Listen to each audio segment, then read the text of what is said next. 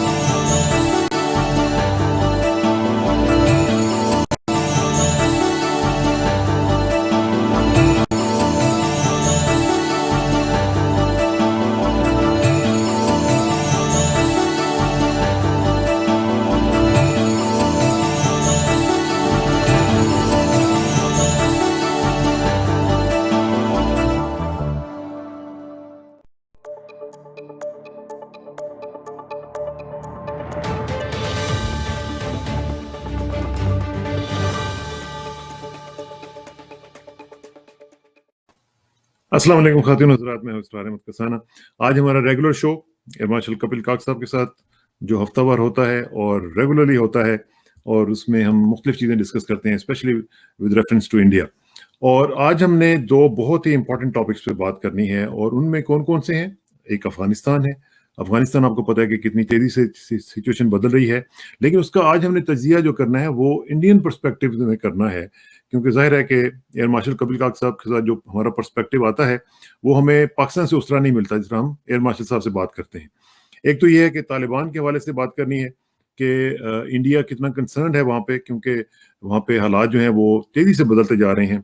Consulates भी जो हैं वो बंद हो रहे हैं इंडिया के। फिर अभी सुना है कि कुछ जो जहाज़ गए हैं वहाँ पे लोगों को वापस लेके आए हैं, और ये भी कुछ रिपोर्ट्स हैं कि जी वो असला भी वहाँ पे फेंका गया है। तो तालिबान जो है उन्होंने दूसरी तरफ ये कह दिया है कि चाइना जो है वो हमारा एक बहुत ज़बरदस्त किस्म का फ्रेंड बनेगा, और हम उसको फ्रेंड समझते हैं। अच्छा, अब ये सूरत हाल जो बन रही है, इसमें यूएस एग्जिट का भी कह दिया गया कि अगस्त 31 को होगी। इसकी सिचुएशन जो है ये कितनी फ्लूइड है कि इसमें हम देखेंगे कि किस किस तरीके से मामला आगे बढ़ेंगे, और इंडियन पर्सपेक्टिव उसमें क्या है और इंडियन कंसर्न क्या है। फिर कश्मीर पॉलिसी ऑफ तालिबान जो है वो क्या होगी, ये भी बड़ा एक मसला बन रहा है, क्योंकि टेक्टोनिक शिफ्ट हम देख रहे हैं इंडियन पॉलिसी में कि वो सोच रहे हैं कि तालिबान से गुफ्तगू की जाए। अब दूसरी तरफ हम देखते हैं कि जम्मू एंड कश्मीर में वहाँ पे एक सिलसिला चल रहा है, और एयर मार्शल साहब जो हैं वो रिसेंटली वहाँ से होके आए हैं, कश्मीर से भी। तो इनसे भी ज़रा पूछेंगे कि वहाँ पे क्या सूरत हाल है, ऑन ग्राउंड सिचुएशन क्या है, क्योंकि फर्स्ट हैंड इंफॉर्मेशन उनके पास होगी, और उसमें डिलिमिटेशन वगैरह के जो इश्यूज हैं वो किस तरह चल रही हैं। इस तमाम उमूर का तजिया करेंगे, और हमें ज्वाइन कर रहे हैं भारत से जनाब एयर मार्शल कपिल काक साहब। Good morning sir.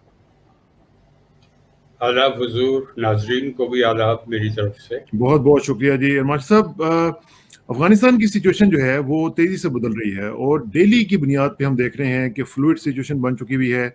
और जब से अब बाइडेन साहब का ये भी स्टेटमेंट आ गया है कि अगस्त 31 से वो ऑफिशियली वहाँ से निकल जाएंगे, ऑलमोस्ट निकल तो चुके हैं, लेकिन फिर भी वो समझते हैं कि 31 से हम ऑफिशियली जाएंगे। तो इंडिया में बैठे हुए आप इसको किस तरह देख रहे हैं सिचुएशन को, और इसका इम्पैक्ट क्या होने जा रहा है जी? देखिए, आपने जो समरी की है बहुत ही दिलचस्प है।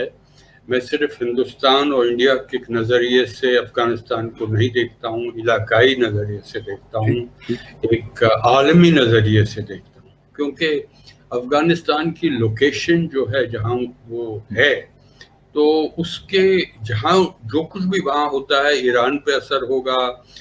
मरकज़ी एशिया, सेंट्रल एशियन स्टेट्स हैं, तुर्कमेनिस्तान हो, उज़्बेकिस्तान हो, ताजिकिस्तान हो, वाखान कॉरिडोर के आगे चीन हो, पाकिस्तान हो। हिंदुस्तान तो इमीडिएट नेबर नहीं है, मगर हिंदुस्तान इंडिया की जो इम्प्लिकेशन वहाँ है हमने देखा हुआ है पहले भी, बहुत ही ग्रेव इम्प्लिकेशंस हैं। इसीलिए यस, आपने बिल्कुल ठीक कहा, इंडिया इज कंसर्न, बट उसके साथ ही मैं कहना चाहता हूँ द रीजन इज कंसर्न, सारा इलाका कंसर्न है, क्योंकि तेजी सूरत हाल बदल रही है। एक तरह के अलार्मिंग सिचुएशन है।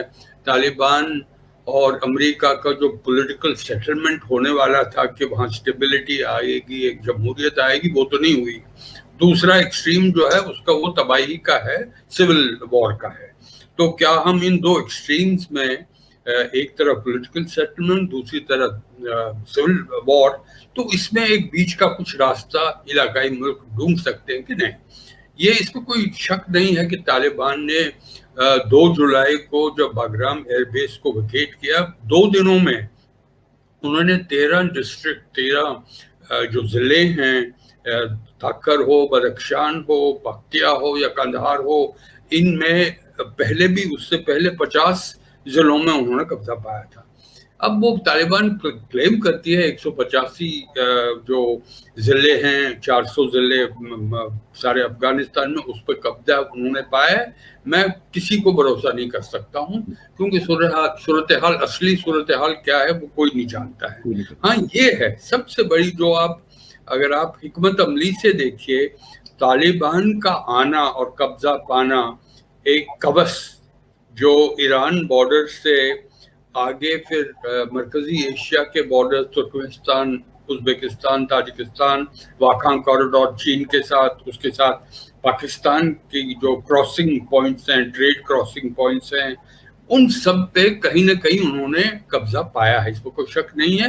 वो रेवेन्यू भी वहीं से जनरेट करना चाहते हैं ताकि वो इकोनॉमिकली वायबल हो। मगर सबसे बड़ी जो कोशिश रही है कि इनकी अफगान सरकार की या सिविल सोसाइटी की, जो सिविल सोसाइटी के मिलिशियाज भी हैं, अभी लगता है वो कमजोर हैं, वो तालिबान को हरा नहीं सकते हैं जमीनी हकीकत में। एक और चीज, बात जो बहुत ही अहमियत रखती है कि देखिए, कम से कम 2 लाख लोग जो हैं बेघर हो गए हैं। अगर आप WHO, वर्ल्ड हेल्थ ऑर्गेनाइजेशन का लेटेस्ट रिपोर्ट देखें तो वो कहते हैं कि जो 3 करोड़ की जो आबादी है, उस पे से कम 2 करोड़ को तो एक इंसानी दोस्ती, मतलब ह्यूमैनिटेरियन मदद चाहिए। तो ये कहाँ से आएगी? क्योंकि उसमें बच्चों का खासकर किया है कि 30 लाख बच्चे हैं, वो एक उनके लिए बहुत मेलन्यूट्रिशन का बहुत ग्रेव खतरा है।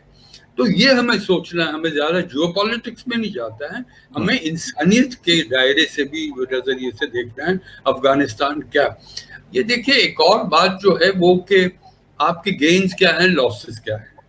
तो हम जानते हैं लॉसेस, देखिए 1,80,000 अफगान मारे गए, हलाक हुए हैं इन 20 सालों में। 1,80,000 छोटी सी आबादी उसमें, वो आप जानते हो उसका इम्पैक्ट क्या है। दूसरे के $2 ट्रिलियन अमेरिका का खर्चा रहा है। अमेरिका और वेस्टर्न मुल्कों का कम से कम 3,500 लोग हलाक हुए हैं। ये तो लॉसेस हैं, मगर गेन्स भी देखिए, जब 2001 में हमला हुआ उस वक्त 9 लाख लड़के स्कूलों में पढ़ते थे। आज जब हम देखे हैं 80 लाख पढ़ रहे हैं, उसमें 25 लाख लड़कियां हैं, बच्चियां हैं। तो आप देखिए वो क्या बदलाव लाती हैं। लिटरेसी रेट 12% से 35% पहुंचा है।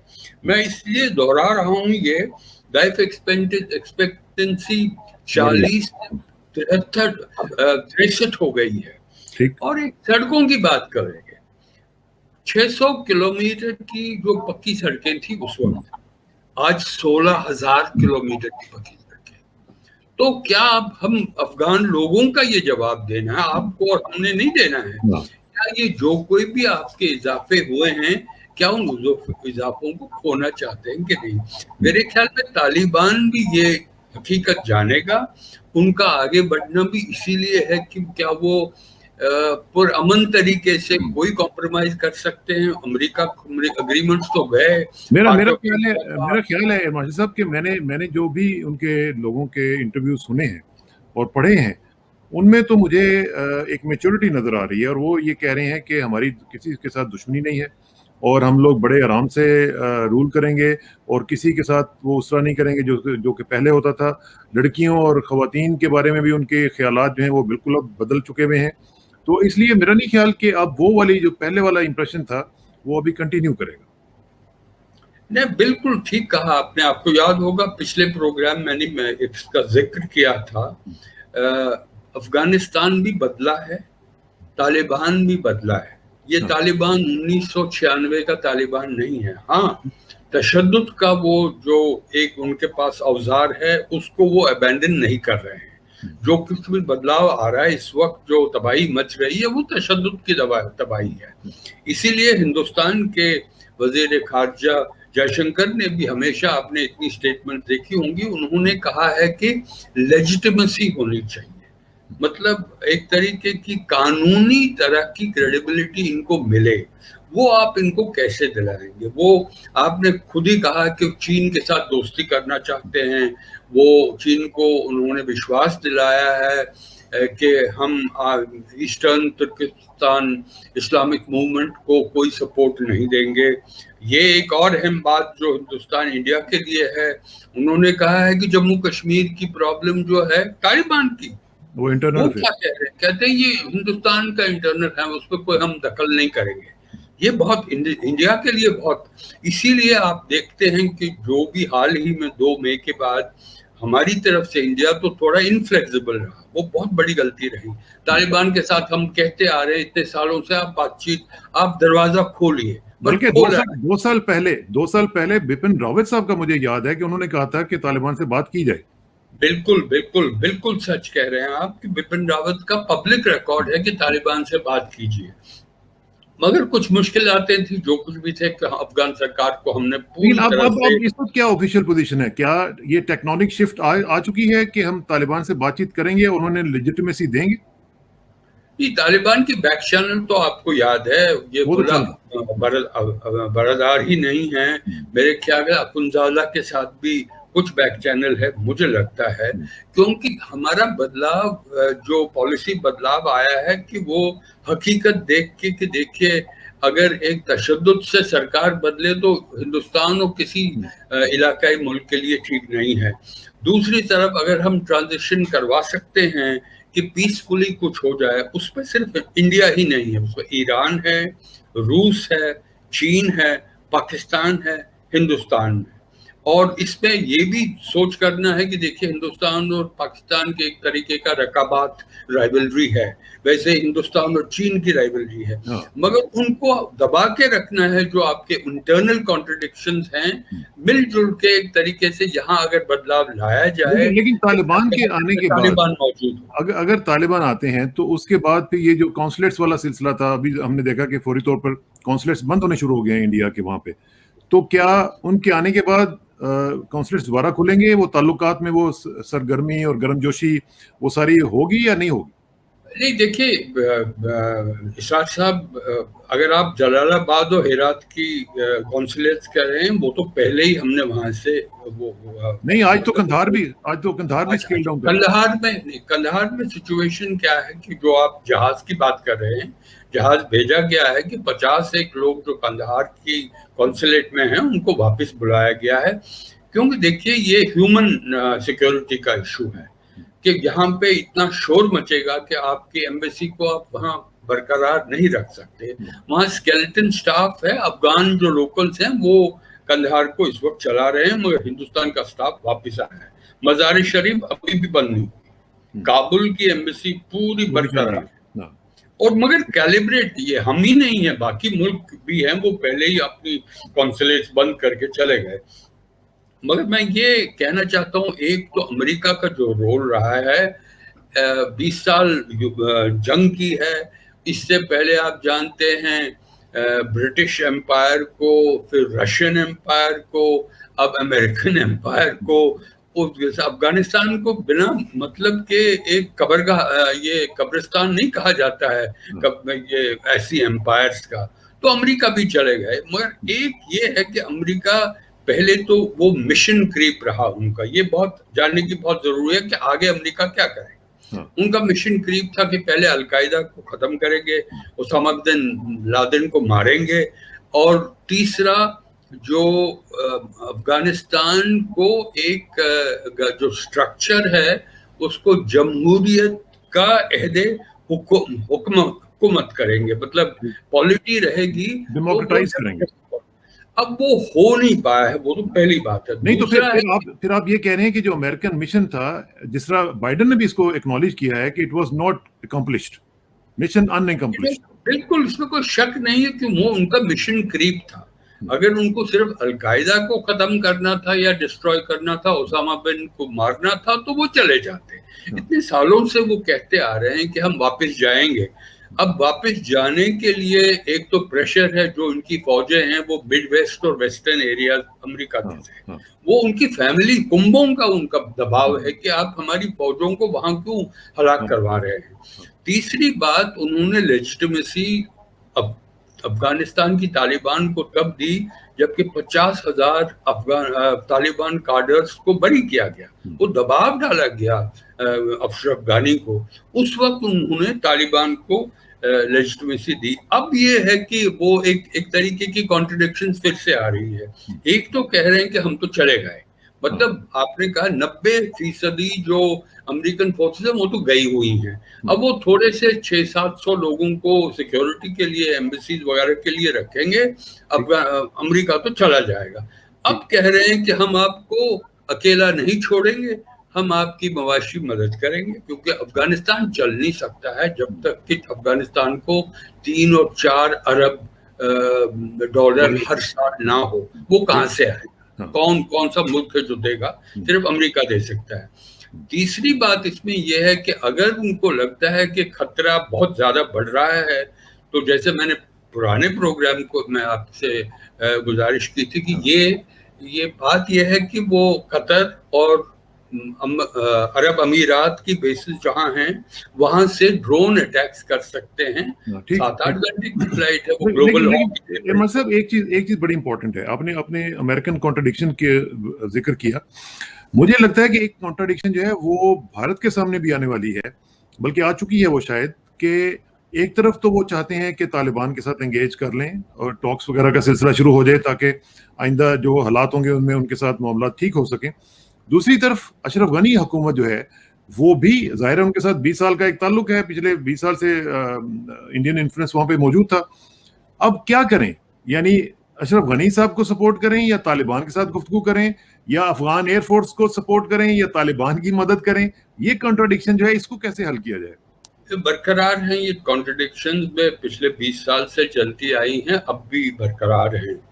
इसीलिए आपने एक दिलचस्प सवाल जो अमेरिकनों ने उठाया है, वो बाइडेन ने खुद कहा है कि हम तो चले, अब आपके जो इलाकाई ममालिक हैं वो संभालेंगे ये काम। और इस पे बहुत अहमियत है क्योंकि अगर किसी का इम्पैक्ट पड़ता है तो इलाकाई ममालिक का है, वो ईरान हो, वो सेंट्रल एशियन रिपब्लिक्स हो, रूस हो, चीन हो, पाकिस्तान हो या इंडिया हो, सब का सब, मतलब इन ब्लॉक्स की, इन ममालिक की सिग्निफिकेंस हमारे अफगानिस्तान में, इन दोनों अशरफ गानी को एक तरफ से और दूसरी तरफ तालिबान जो बदला है, जो एक रिस्पॉन्सिबिलिटी दिखा रहा है, तो इन दोनों को मिलाना है। मेरे ख्याल में जयशंकर साहब भी इसी कोशिश में इतने महीनों से, आपको याद होगा दोहा 2 बार हुआ है, फिर वो ईरान गए, वहां भी तालिबान मौजूद था, फिर मॉस्को गए, कल ही परसों ही थे। बल्कि मुझे तो ऐसे लग रहा है कि जहां पे तालिबान जा रहे हैं पीछे पीछे जयशंकर साहब पहुंच रहे हैं वहां पे गुफ्तगू करने। बिल्कुल, ये अहमियत आपके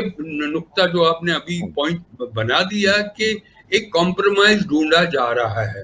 एक तो अमेरिका भी यही चाहता है, ममालिक जो इलाकाई ममालिक है वो भी चाहते हैं, मगर ये एक जो है कि वो खुद ही अमेरिका ने कहा है कि वापस जो पायदारी अफगानिस्तान में होगी वो तभी आएगी जब जो ये मुल्क जिनकी मैंने बात अभी की, जिक्र अभी की, तो वो इमरान खान साहब की एक मैसेज आई, बड़ी दिलचस्प मैसेज थी कि हमारी लेवरेज थी तालिबान पे, मगर जो आपकी टाइमलाइन अमेरिका की वापस जाने की थी वो उसमें थोड़ी सी कमी हुई है। एक और बात देखिए ना, मैं Pakistan, as you know, I'm a friend of Pakistan in many ways। अब उनके स्पोक्समैन कहते हैं जो कुछ भी इंडिया की इन्वेस्टमेंट्स थी अब वो डूब रही हैं। ये आर्मी के स्पोक्समैन कहते हैं जब इंडिया पाकिस्तान का थॉ है। दूसरी तरफ से जो पाकिस्तान के एम्बेसडर हैं अफगानिस्तान में, वो कह रहे हैं कि जो सरकार है अफगानिस्तान को की वहां पे पूरी मदद करनी चाहिए। तो ये हर एक मुल्क को, हम ही नहीं है, पाकिस्तान भी ऐसे तरह से फंसा हुआ है कि कैसे निकलेंगे। इसमें कोई शक नहीं है कि पाकिस्तान के लिए एक तरह की फतेह है, क्योंकि वो हमेशा तालिबान को सपोर्ट कर रहे थे। मगर वो तालिबान बदल गया है, सूरत हाल बदल गए हैं जियोपॉलिटिक्स के, तो एक रास्ता निभाना पड़ेगा सारे ममालिक को। लेकिन इमाम साहब एक चीज आखिर में इस टॉपिक पे मैं चाहता हूँ कि जरा ये बताएं कि तालिबान की मौजूदगी में क्या भारत उसी तरह ऑपरेट कर सकेगा अफगानिस्तान में जिस तरह के पहले आसानी से और कन्वीनियंटली कर रहा था, या उसको मुश्किलात पेश आएंगी? नहीं, मुश्किलात आएंगी। देखिए, वो मुश्किलात भी ये तालिबान भी जानता है कि भारत ने क्या किया है। इसीलिए मैंने आपको सड़कों वगैरह की बात की थी, हॉस्पिटल्स की, वो जो कुछ भी तरक्कियात की जो इन्वेस्टमेंट भारत ने की थी, $3 अरब की थी, वो छोटी रकम नहीं है। और वो जमीनी हकीकत है अफगानिस्तान में। वो पाकिस्तान भी जानता है कि अफगानिस्तान में अगर आप पॉपुलैरिटी वोट ले लें तो हिंदुस्तान आगे आएगा। अगर एट द ग्राउंड लेवल वो नर्सेज हों, डॉक्टर्स हों, इंजीनियर्स हों, बिजनेसमैन हों, एकेडमिक्स हों, वो जानते हैं। तो तालिबान भी ये बात समझेगा कि हम चीन के साथ दोस्ती रखेंगे, उसकी तो बात की है। मैंने हिंदुस्तान के बारे में आपने कहा है बड़ा कंसेशन नहीं है, मतलब हकीकत है कि जम्मू कश्मीर का जो मसला है वो हिंदुस्तान का अंदरूनी मसला है, हम उसमें दखल, क्योंकि ये भी खतरा इतने सालों से कहते आ रहे हैं कि अगर तालिबान वहां अफगानिस्तान में आया तो तालिबान जम्मू कश्मीर में आएगा। मुझे नहीं लगता। और फिर वो गजवा हिंद की भी बात करते हैं कि गजवा हिंद होगा और इस तरह की चीजें। जी जी जी। अच्छा जरा थोड़ा सा जहाँ की बात आप कर रहे हैं जम्मू कश्मीर की, वो भी जरा बात कर लेते हैं। उसमें आप होके आए हैं अभी रिसेंटली, और उसमें आपने बड़ा जबरदस्त दौरा किया है। मुझे ये जरा बताएं कि वहाँ पे अब ग्राउंड सिचुएशन क्या है। एक तो ये है कि जो डीलिमिटेशन के हवाले से सिलसिले चल रहे थे, वहाँ पे आम लोगों की इसमें क्या ओपिनियन है, क्योंकि मुझे ये याद है कि JNK के जो डीलिमिटेशन हुई थी वो 63 में हुई थी, 73 में और फिर 95 में, और जस्टिस के गुप्ता जो कमीशन था उसने आखिरी दफा ये बात की थी। और उस वक्त मुझे याद है कि प्रेसिडेंट रूल भी लगा हुआ था, और उसके बाद फिर इसी बुनियाद के ऊपर 96 में इलेक्शंस भी हुए।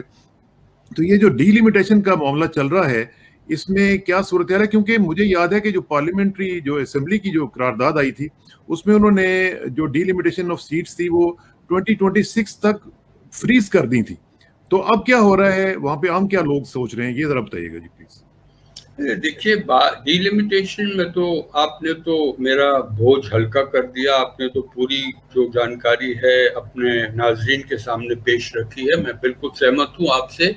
94-95 में जो हुआ था वो 1981 सेंसस के हिसाब से हुआ था।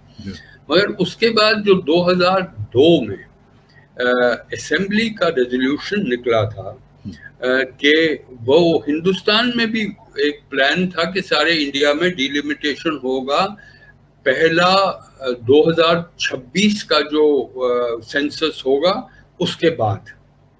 तो हम ये सारे पूर्व इंडिया की एक पॉलिसी रही है। वो हाई कोर्ट में भी गई, JNK हाई कोर्ट में गई, और सुप्रीम कोर्ट ने भी माना। मगर जो मरकजी सरकार ने 5 अगस्त को कदम उठाए हैं, JNK रीऑर्गेनाइजेशन एक्ट लाया है, उस पर 7 सीटें बढ़ा दी गई हैं। 83 सीट्स अभी असेंबली में हैं, उनको 90 बना दिया है। तो एक है कि ये सीटें कहाँ ये कंस्टिट्यूएंसी नई कैसे बनेगी। और उन्होंने डिसरिगार्ड किया है जो सुप्रीम कोर्ट ने माना था 2002 का जो प्लान था असेंबली का। डीलिमिटेशन तो मरकजी सरकार का हाई प्रायोरिटी एरिया है। कश्मीरियों में इस पे कोई दिलचस्पी नहीं है।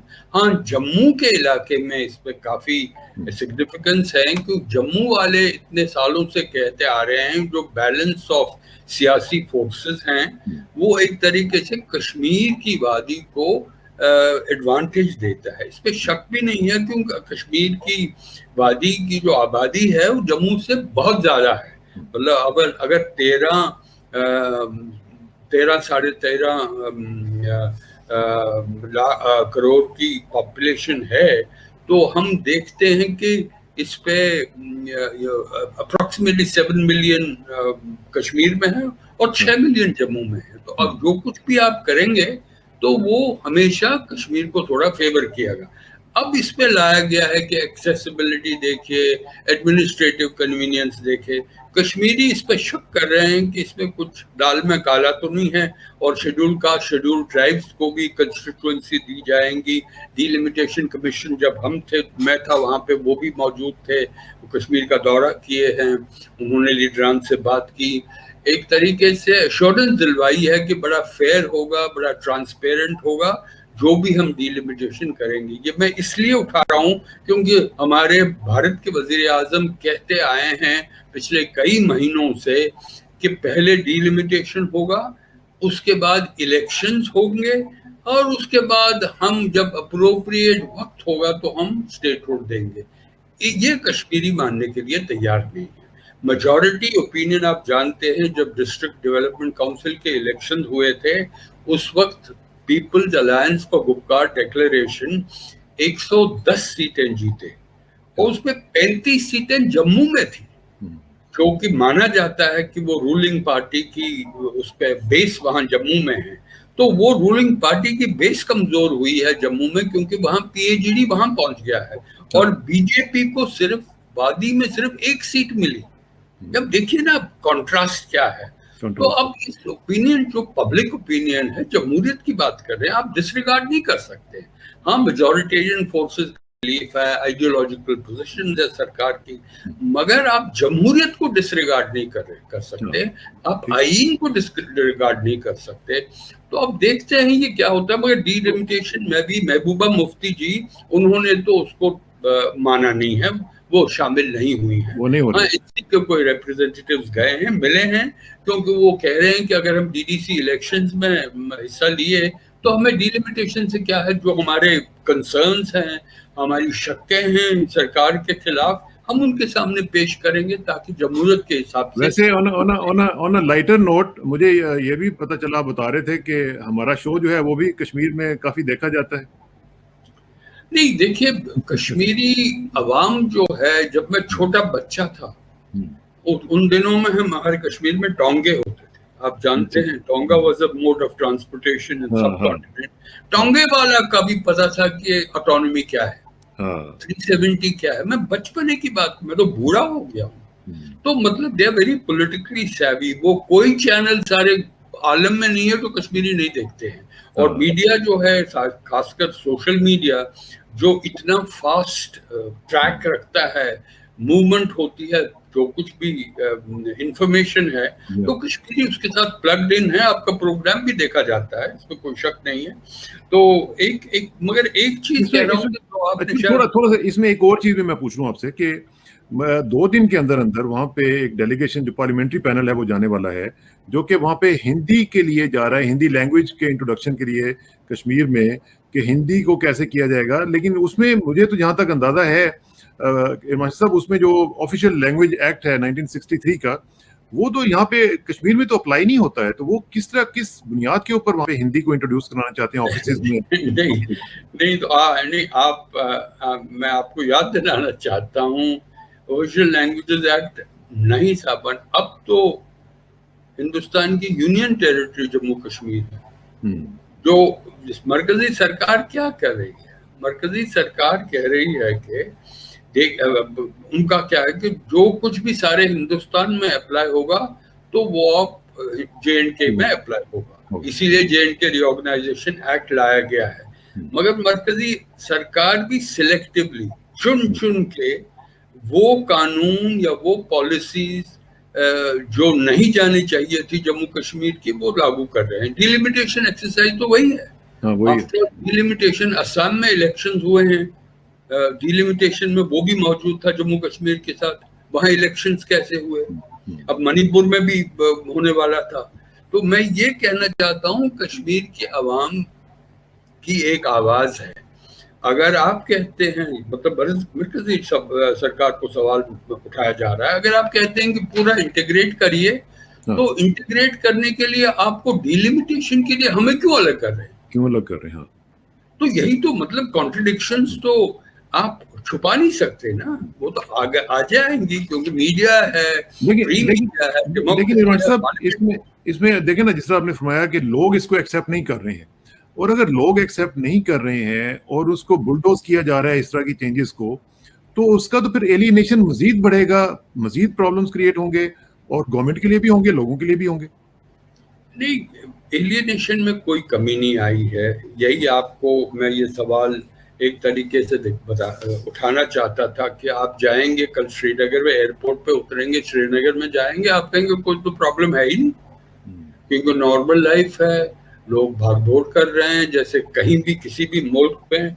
मगर जो जख्म उठाए गए हैं वो जख्म हील नहीं हुए। वो 5 अगस्त की बात है। एलियनेशन पूरी बरकरार है, खौफ है, एक खौफ का माहौल है, बहुत नाराजगी है सेंटर के साथ और अनहैप्पीनेस है, नाखुशी है, बेबसी है, लाचार हैं कश्मीरी।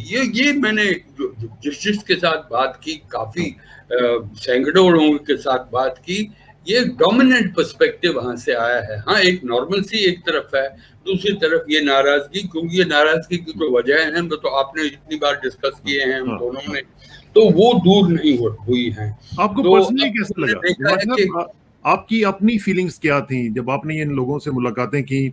आपने देखा कि उनके अंदर बेबसी है, लाचारगी है और वो कुछ कर नहीं पा रहे हैं, तो आपको खुद बीइंग कश्मीरी आपको कैसा लगा वहाँ?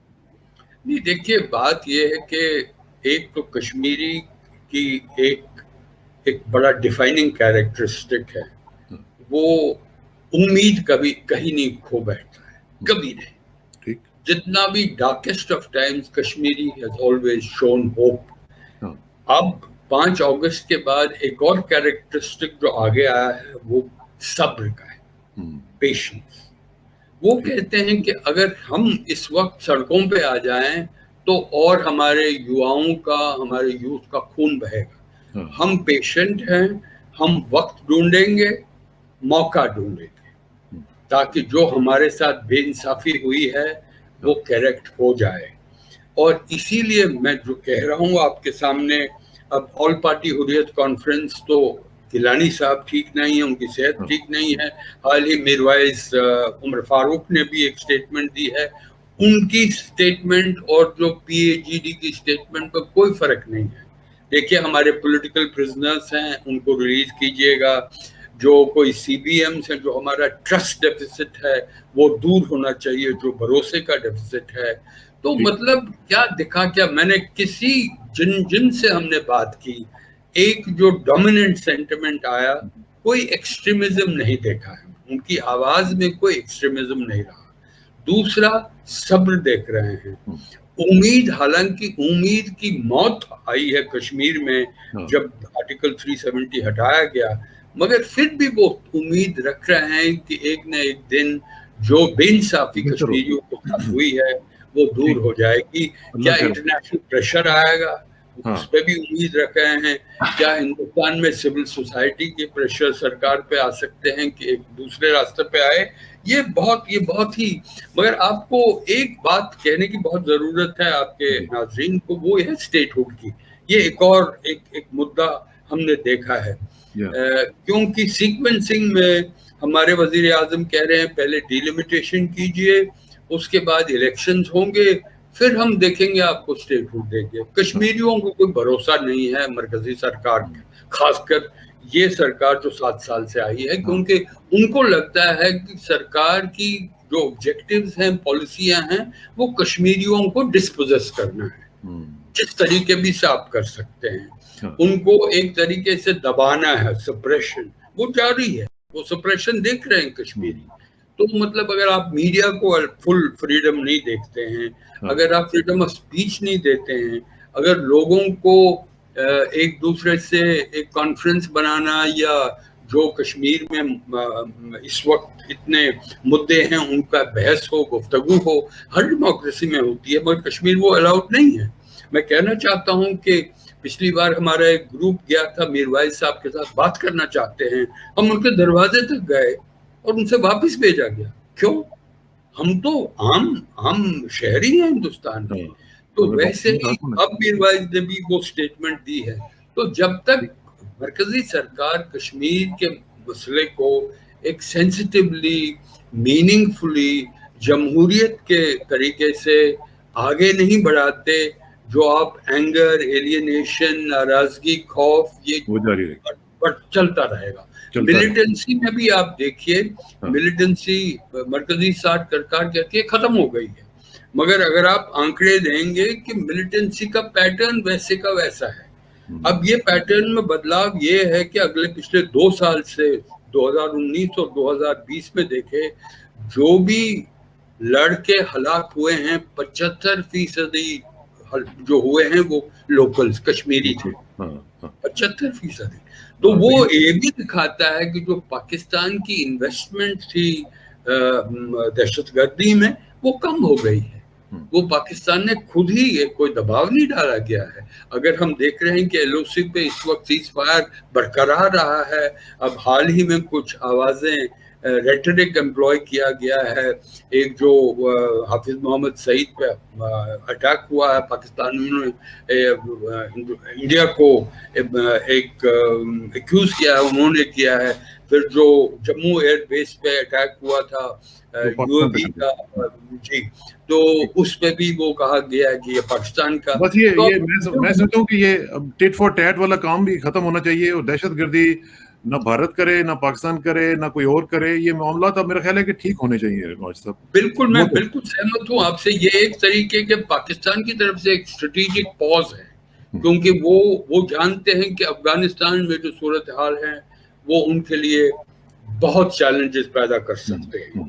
तो ये कमर बाजवा साहब का इतने सालों से कहते आ रहे हैं कि हिंदुस्तान और पाकिस्तान के रिश्ते आगे बढ़ने चाहिए, मगर बीच में हमने देखा है कि रिश्तों में कहीं न कभी कोई मतलब जो ही आप पुल बनाना चाहते हैं, the bridge destroyers are close at hand. तो वही है मेरे ख्याल में। मैं भी आपसे सहमत हूँ कि ये एक तरीके का कॉमा है, ये फुल स्टॉप नहीं है।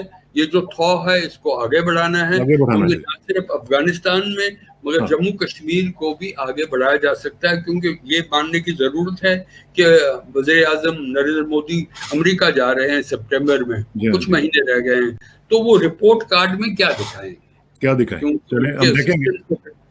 Assistant secretary of state for south Asia central Asia, उन्होंने कहा था, हाँ, मतलब पब्लिक में स्टेटमेंट दी है कि मरकजी सरकार हिंदुस्तान की जम्मू कश्मीर के रास्ते में आगे बढ़े, एक सियासी कदम ऐसे उठाए कि वहां पे एक पायदारी आ जाए, पायदारी आए। और देखेंगे, हम भी देखेंगे और आप भी देखिएगा, क्योंकि जो रिपोर्ट कार्ड अभी तक चल रहा है वो तो कोई इतना इनकरेजिंग नहीं है, और मेरा ख्याल है कि बाइडेन साहब इसके ऊपर अपने कंसर्न भी इजहार करेंगे। आपका बहुत शुक्रिया मार्टी साहब, आपसे रब्ता रहेगा इंशाल्लाह, और अगले हफ्ते आपसे दोबारा मुलाकात होगी। जी, बहुत बहुत शुक्रिया, थैंक यू वेरी मच। बहुत बहुत शुक्रिया इसरार साहब, थैंक यू।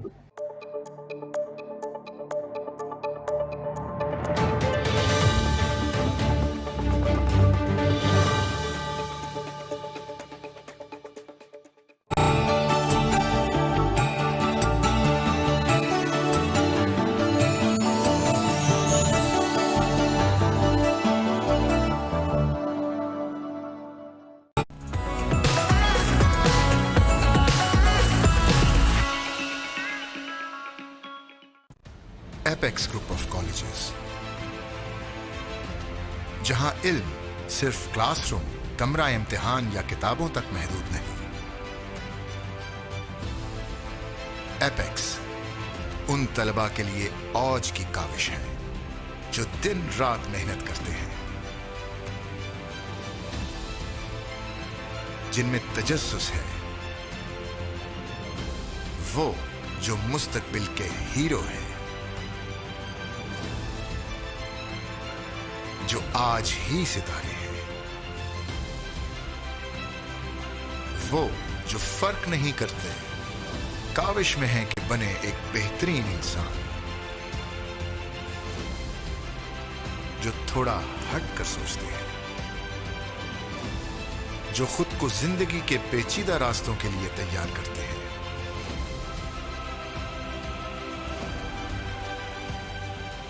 क्योंकि मुश्किलें तो आती हैं। कोविड-19 के पेश नज़र मुल्क भर में तमाम तालीमी इदारे गैर मुअय्यना वक्त तक बंद करने का फैसला, पर ये वक्त के बदलते तकाजों में रवा रहेंगे।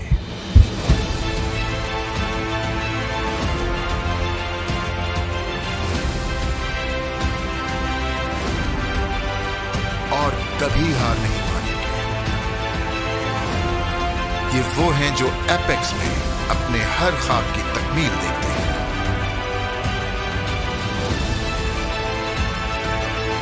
I am Apexian. I am Apexian. I'm Apexian. I'm Apexian. I am Apexian. I am Apexian.